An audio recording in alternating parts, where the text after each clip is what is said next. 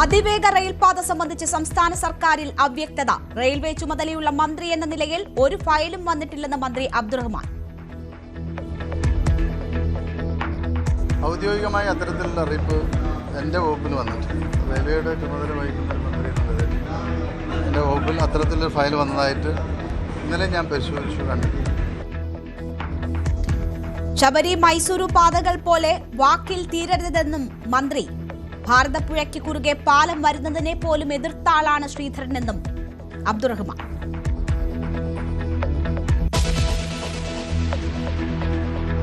നിയമസഭാ തെരഞ്ഞെടുപ്പിൽ കോൺഗ്രസ് എംപിമാർ മത്സരിക്കുന്ന കാര്യത്തിൽ അനിശ്ചിതത്വം തുടരുന്നു. 2 or 3 എംപിമാർക്ക് അവസരം നൽകിയേക്കും.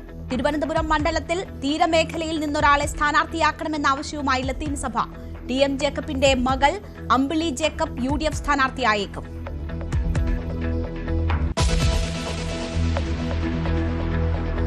NSSുമായി അനുനയ നീക്കത്തിന് BJP. P. ശ്രീധരൻപിള്ള പെരുന്നയിലെത്തി. NSSുമായി തർക്കമില്ലെന്ന് വിശദീകരണം.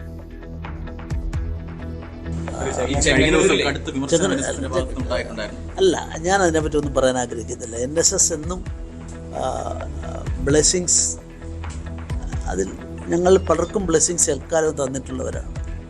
അതുകൊണ്ട് നന്ദിപൂർവ്വം അതിനെ സ്മരിക്കുന്നയാളാണ്. ശ്രീധരൻപിള്ളയുമായി രാഷ്ട്രീയാതീതമായ സൗഹൃദമെന്ന് സുകുമാരൻ നായർ.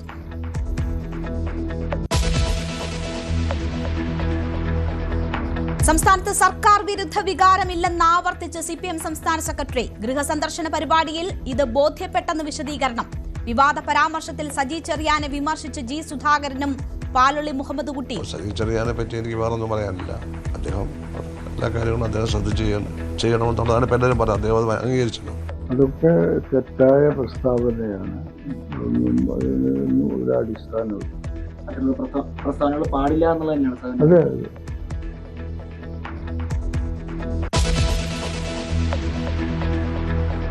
സ്ഥാനാർത്ഥിയാകാൻ താൽപര്യം പ്രകടിപ്പിച്ച് G. സുധാകരൻ. പാർട്ടി പറഞ്ഞാൽ അമ്പലപ്പുഴയിൽ മത്സരിക്കും.